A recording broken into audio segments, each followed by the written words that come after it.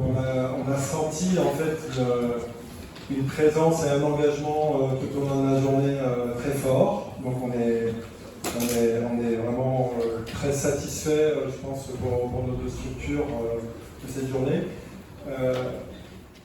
Avant de dire un petit mot sur le contenu, moi j'avais vraiment un mot qui m'a porté là, depuis ce matin et je vous le partagerai après parce que bon, j'en ai fait mention dans la table ronde, mais avant je voulais remercier un certain nombre de personnes en fait pour l'organisation de la journée d'aujourd'hui. Bon, bien sûr le partenariat avec l'Espace Régional Éthique de Bretagne, c'est un vrai plaisir de construire cette journée, avec vous et on voit bien le lien entre la réflexion sur les pratiques et les organisations, les questionnements que ça pose, contrairement à une représentation, à un historique de donneurs d'ordre, d'approche descendante. Je pense que maintenant les personnes qui travaillent dans vos établissements, qui travaillent au niveau régional, qui travaillent un peu à tous les niveaux, sur ces aspects-là, sont vraiment plus dans une approche du faire avec, donc à faire avec vous les professionnels, et faire avec les personnes concernées. Je pense c'est vraiment notre manière de faire.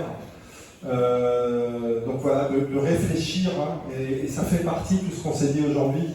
Et le point de départ de ça, c'était effectivement que le suicide, on a parlé des chiffres épidémiologiques, mais aussi Michel Walter nous a rappelé en fait que c'était la première cause de déclaration d'événements non désirés en fait dans les établissements. Donc c'est un peu notre point d'entrée, et notre point d'entrée aussi parce que lorsqu'on fait des analyses dans vos établissements, on essaye justement là aussi de faire du avec. Alors on est sur des événements dramatiques où il y a beaucoup de culpabilité, beaucoup d'émotions, et ce qu'on essaye d'amener, c'est effectivement de dire tout ce qui a été bien fait, et puis ce qui a été peut-être ce qui pose plus question, d'essayer de le travailler ensemble. Et c'est pour ça, Béni, que j'insistais un peu sur le côté diffusing. On voit aussi de plus en plus là, sur ces analyses collectives qu'on fait, qui sont vraiment très dures, on voit aussi ce que ça apporte en fait en termes de travail en équipe, ce que ça apporte en termes de déposer aussi les choses et d'arriver à y réfléchir collectivement. On parle beaucoup de développer le travail en équipe avec des outils plus complexes les uns que les autres, mais on voit que si on arrive à travailler ensemble sur des situations qui posent problème et arriver à y travailler de façon constructive, en fait, je pense qu'il n'y a pas meilleure façon de développer le travail en équipe. Donc c'était vraiment le point de départ de notre journée. Enfin, je sais que régulièrement tu m'interpelles pour essayer qu'on travaille ensemble sur l'éthique des organisations, en fait, et je pense qu'on le fait sans vraiment avoir de temps dédié. En fait, je pense qu'une journée comme aujourd'hui, c'est celle-là, c'est-à-dire qu'on réfléchit sur nos pratiques et en même temps on réfléchit sur nos organisations. Donc voilà, c'était très bien parce que ça nous apporte ça aussi, ce questionnement qu'on a sans doute déjà en nous, c'est aussi votre mode de fonctionnement. Donc merci à Irène, et je voulais remercier aussi les deux équipes en fait, donc tous les bénévoles de l'Espace Régional Éthique de Bretagne, mais aussi tous les professionnels du CATS Bretagne qui se sont mobilisés toute la journée pour que vous soyez dans une situation confortable, que ce soit dès l'accueil. On est là depuis hier soir, Gaël et Marie sont là depuis hier après-midi 14h. En fait, donc vous voyez, ça se sent pas, mais voilà, derrière il y a plein de petites choses qui sont faites pour que ça soit facile. Donc je veux bien pour les bénévoles de l'EREB et puis pour l'équipe du CATS Bretagne notamment,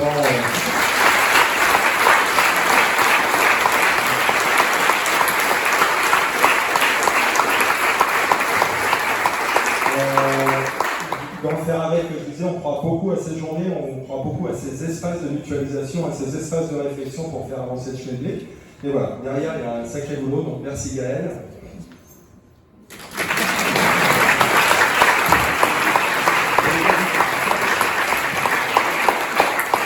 Merci Cindy. Mais du coup, Cindy, je la vois pas.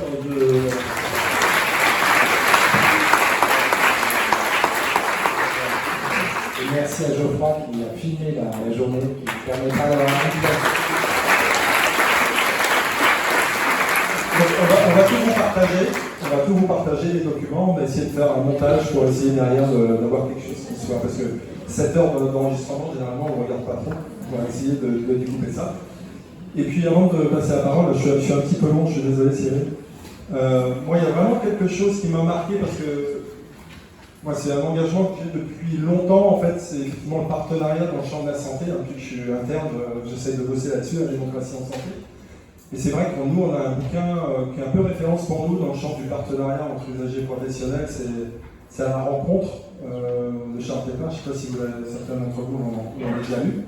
Et Alain est parti, mais c'est vrai qu'on a commencé hier soir, et je trouve que ça s'est vu toute la journée. En fait, on voit bien l'importance de cette rencontre, le fait d'être présent, pas forcément longtemps, mais d'être là. Pas forcément être spécialiste en fait voilà, de la psychiatrie ou même de la psychologie, mais d'être là. Je ne sais pas si vous avez entendu ça aussi, et que, merci Solène, hein, parce que ça mettait l'accent aussi là-dessus, c'est très rapidement d'avoir cette rencontre en fait, et ces ressources, et cette rencontre permet éventuellement de trouver la bonne ressource au début, ou comme vous l'avez toutes les 5 bien dit, de se faire réorienter vers les bonnes ressources. Donc moi, ça sera mon mot, on s'était dit un mot. Voilà, moi, ça sera rencontre Cyril. Voilà. Merci Pascal, c'est toujours un plaisir de travailler avec toi, avec le CAPS. Vous avez vraiment le sens de l'organisation, du souci, du bien-être du public et puis le sens du détail aussi. Rien n'est laissé au hasard avec vous. On a vraiment une belle opportunité de développer notre collaboration. Alors, je ne voudrais pas vous laisser sans vous transmettre cette idée qu'à mon sens, l'éthique, c'est aussi un art du questionnement. Un art où vous apportez des réponses. Certains de nos intervenants vous ont orienté vers des pistes, en tout cas, de solutions. Mais on va vous laisser, j'ai envie de vous laisser aussi sur des questions. La première question que j'ai envie de vous donner, de vous poser, on a beaucoup entendu le mot accompagnement, et Dieu sait que c'est un terme qui nous vient de loin, du Moyen-Âge, du droit féodal, du droit de pariage, contrat de pariage. C'est de mettre à égalité le Seigneur et le serf sur un bien commun. Là, la question de l'accompagnement que j'ai envie de vous poser, j'ai entendu le mot proposer un accompagnement, comme on dirait proposer un soin, avec la même idée chère à Alain de Broca, le soin est une éthique, donc l'accompagnement est une éthique. Mais posez-vous la question, vous accompagnez le malade, vous accompagnez l'usager, vous accompagnez la personne endeuillée, est-ce que vous pensez à la façon dont elle vous accompagne en retour ? Est-ce que vous acceptez d'être instruit par le malade? Est-ce que vous acceptez d'être instruit par l'usager? Ça, c'est vraiment important parce que l'accompagnement, c'est dans les deux sens, en réalité. L'idée, vous voyez, par exemple, on dit tout le temps l'accompagnement des personnes âgées, puis on pense que c'est nous qui faisons pour les personnes âgées, qui nous mettons au service des personnes âgées. Et jusqu'à un certain point de vue, c'est vrai. Mais les personnes âgées nous accompagnent, donnent de leur temps, donnent de leur disponibilité, donnent de leur amour, leurs enfants, leurs petits-enfants. Donc l'accompagnement, c'est toujours quelque chose à double sens. Donc posez-vous cette question de « Ok, j'accompagne, mais est-ce que moi aussi je suis accompagné ?» C'est aussi une façon aussi de regarder peut-être votre souffrance. Les autres questions que j'ai envie de vous poser, c'est questions un peu plus graves. On va passer par Saint-Exupéry pour commencer, quand il dit « Ce qui donne un sens à la vie donne un sens à la mort ». Avons-nous suffisamment pris le temps, puisqu'on a beaucoup parlé de temporalité aujourd'hui, pour donner un sens ou commencer à donner un sens à la vie? Sur le bonheur auquel le plaisir y participe, mais ce n'est pas l'essentiel, c'est beaucoup le sens. Hein, c'est ce que dit Viktor Frankl dans son œuvre sur la logothérapie. Donc ça, c'est une vraie question. C'est intéressant de se la reposer régulièrement. Et la troisième chose qui va un peu dans le même état d'esprit, vous allez comprendre pourquoi j'insiste là-dessus. Freud nous dit quelque part dans son œuvre, si tu veux pouvoir supporter ta vie, sois prêt à accepter ta mort. Sacré programme. Alors, on a beaucoup parlé de la mort, du deuil, de l'accompagnement des proches, dont au passage, je vous rappelle que le mot proche, c'est un régressif du mot prochain, que vous trouvez dans notre religion, notamment catholique, hein. Aime ton prochain comme toi-même. Bon, petite parenthèse sémiotique ou sémantique refermée. La remarque de Freud est importante parce que on vous a parlé de l'évolution de la loi peut-être vers l'aide à mourir, elle va repasser au Sénat puis ensuite en commission mixte paritaire et ensuite à nouveau à l'Assemblée s'il n'y a pas d'accord. Cette question, elle va forcément vous impacter sur l'accompagnement justement de la fin de vie. Parce que c'est quand même un moment important, voire peut-être le plus important de notre vie, ce qui va se passer à la fin. Donc c'est aussi parler de prévention, de postvention, de mort violente, de mort douloureuse. C'est aussi repenser à tout ça. Et je vous en parle parce que À partir du printemps prochain, on va mener des états généraux de la bioéthique avec Jean-François Delfrécy. Les espaces de réflexion éthique régionaux sont les correspondants régionaux du comité consultatif national d'éthique. J'en ai parlé avec Pascal, je serais vraiment heureux de pouvoir associer le CAPS aussi au débat éthique en territoire, parce que la démocratie en santé, c'est vraiment ce qui nous rapproche et ce qui nous permet de travailler ensemble d'aussi belle façon. Et je vous donne un rendez-vous, je ne vous laisse pas avec ces questions sans un début d'espoir de réponse, même si on ne répondra pas à tout. Nous allons réaliser le 13 mars prochain à Brest, à la faculté de droit, un colloque sur la mort. Alors, pas au sens forcément que vous imaginez, voilà, la mort, à nouveau la fin de vie, etc. Ce sera la mort pénale, la mort civile, la mort et le don d'organes, la mort effectivement par suicide. On pourra peut-être aussi réaborder la question sous l'angle des enjeux éthiques de l'accompagnement, notamment des proches. Donc, peut-être qu'on va reprendre une partie de la thématique d'aujourd'hui, l'approfondir lors de notre futur colloque du 13 mars à la faculté de droit avec François-Xavier Oudemar, ex-doyen de la faculté de droit. Les états généraux de la bioéthique vont se décliner au niveau des facultés de médecine. Avec Béatrice Kochner, il y a une journée en préparation sur l'intelligence artificielle, probablement vers 19-20 février, et donc faculté de droit à Brest. Mais ça aura aussi lieu à Rennes.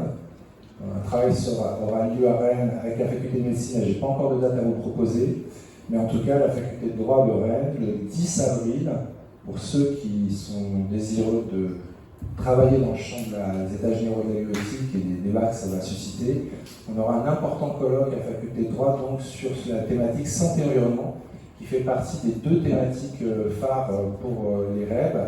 Ce sera santé et environnement, les enjeux éthiques, et l'intelligence artificielle en santé, les enjeux éthiques.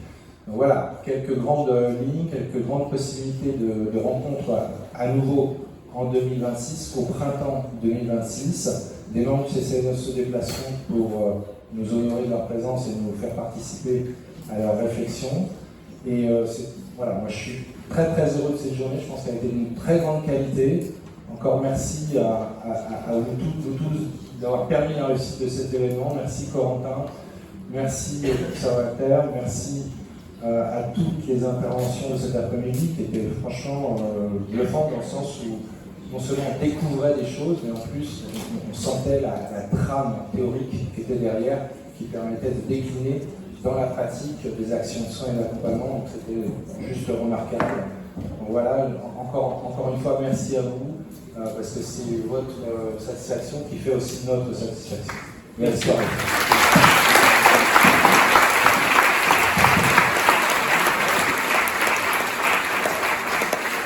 Gaël, alors c'est toujours intéressant d'avoir un retour, on va essayer de s'appliquer ce qu'on n'a pas à dire toute la journée. Là, si vous pouvez nous faire un retour, comment on fait un retour?